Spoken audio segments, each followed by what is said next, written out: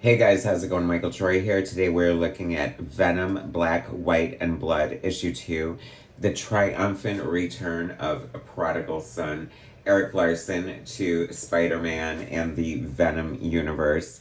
Cannot wait to share it with you. Subscribe to my channel if you haven't already. Hit that like button and let's get right into it.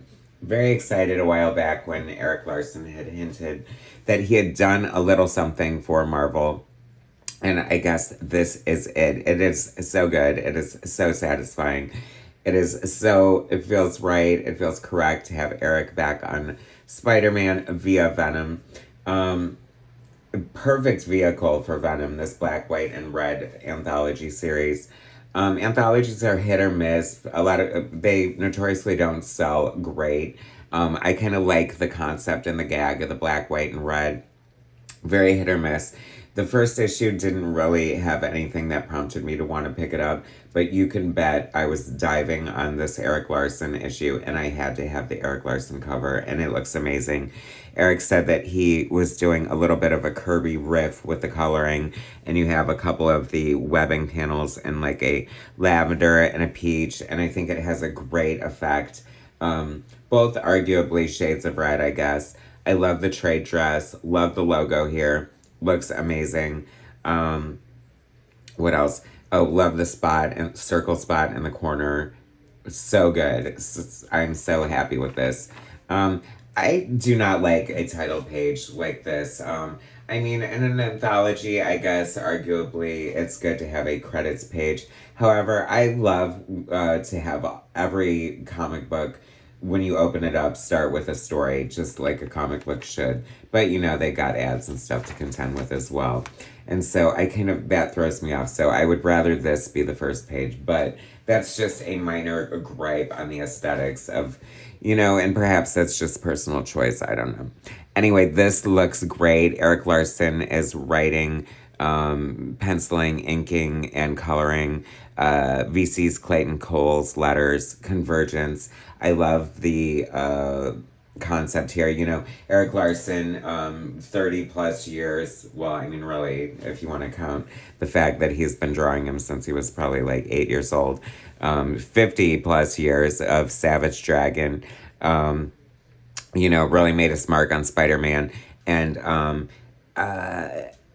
this feels so good to see him back on Spider-Man. I love the classic look here. This feels like it's taking place at a specific time story-wise. I don't want to spoil too much for you, but it has Mary Jane on Secret Hospital, the soap opera she was on. Now, interestingly, though, if this is to take place during that time, then MJ should have her curly hair, and Peter should have his, like, more Ramita Sr. sort of handsome-looking Peter Parker look. And I think Larsen is taking a little bit of artistic license with the aesthetics of the characters, leaning a little more into the Ditko and, like sort of origin of the way they look initially. And I'm totally fine with that. Also very interesting is the way that Spider-Man is drawn here. I mean, of course, you gotta have Spider-Man versus Venom. I mean, and once again, the perfect vehicle, Black, White, and Red. Eric Larsen is like the consummate cartoonist. However, he's always challenging himself and pushing himself in different directions and doing different things, art challenges and experiments. And that is part of the reason I love him so much. And his humor is present. The story is so good. It's 1/3 of the book here, and it feels like a complete issue in itself. I don't know exactly how many pages it is, but it is so good. It is so satisfying. It feels like great classic Spider-Man to me. They say you can't go home again, and this proves them wrong that you can. Nice shapely buttocks on Venom here, by the way. I mean, Nightwing gets all the credit for having great glutes, but just have to point that out right there. I don't know why. Anyway, I love Venom with his big crazy tongue, and we're getting more of that like Kirby coloring. I think it looks fantastic. It really stands out as something special and different in this format. The great textures of the Larsen inks, the speed lines. It is so good. I mean, he must have had so much fun doing this story and returning to this character. Did not miss a beat. Um, this is a character who obviously is alive in Larson's head, and he can quickly shift back into inking him. Interesting that lettering is reminding me a little bit of Chris Eliopoulos. I wonder if that's an homage or whatever. I don't know. Probably not. Great storytelling. The story just flows right across the page. It feels like so classic. Just like the total kind of Spider-Man story that I totally enjoyed. Took me a little out with this like sort of photo modeling or something he did. He's been doing a little bit of that in Dragon. And I don't want to knock someone for experimenting, but it looked a little different. I'm used to him drawing absolutely everything. So it was kind of funny, kind of strange, but whatever, I'll take it. And I don't know, the convergence, just the way the layout and the way it all comes together. Eric Larsen knows how to tell a good comic yarn, and it's so good. Such a great part of the anthology, such a welcome addition. I will quickly go over the rest of the book.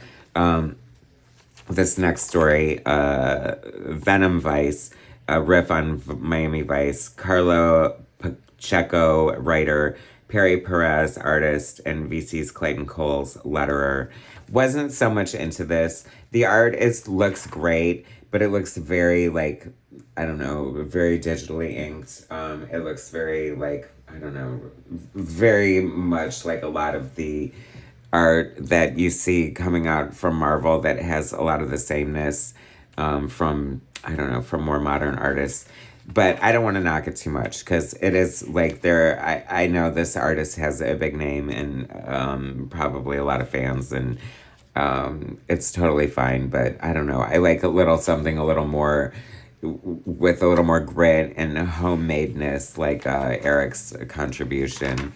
So, it's good. It's fine. Whatever. I'm not crazy about the Miami Vice riff. I think that's kind of a shtick and a big commitment and without much payoff. And it is what it is. Now, this last story here, Tom Waltz, writer, Brian Level, artist, Lee Lohridge, colorist, and Clayton Cole's letterer. I'm not familiar with the writer or artist. No, Lee Lohridge, amazing colorist, of course.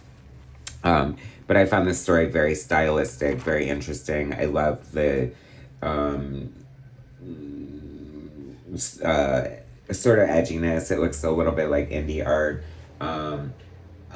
It has to do with the character Agent Venom, which I feel like must have been some sort of what if sort of miniseries tangent spin-off of the Venom universe that I'm not a part of, I'm not aware of. But hey, it's fine. It's fun. I love the art here, this fun character.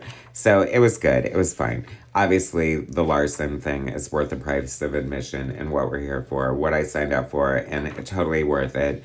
Totally paid off. I'm so very excited. Spider-Man Noir, the Larsen written Spider-Man miniseries that takes place in sort of like the noir universe, is out next week, and I cannot wait for that. Unfortunately, he is only writing it. I wish the hell he was drawing it, but you can't do everything and still continue to publish Dragon on a monthly basis, which is what we really want anyway. But looking forward to that. This is so good, you guys. Do not pass on it. If you just have nostalgia in your heart for this type of Spider-Man story, you're gonna love it just as much as I did. Thanks for watching. Subscribe to my channel if you haven't already. Hit that like button, and I will bring you more soon.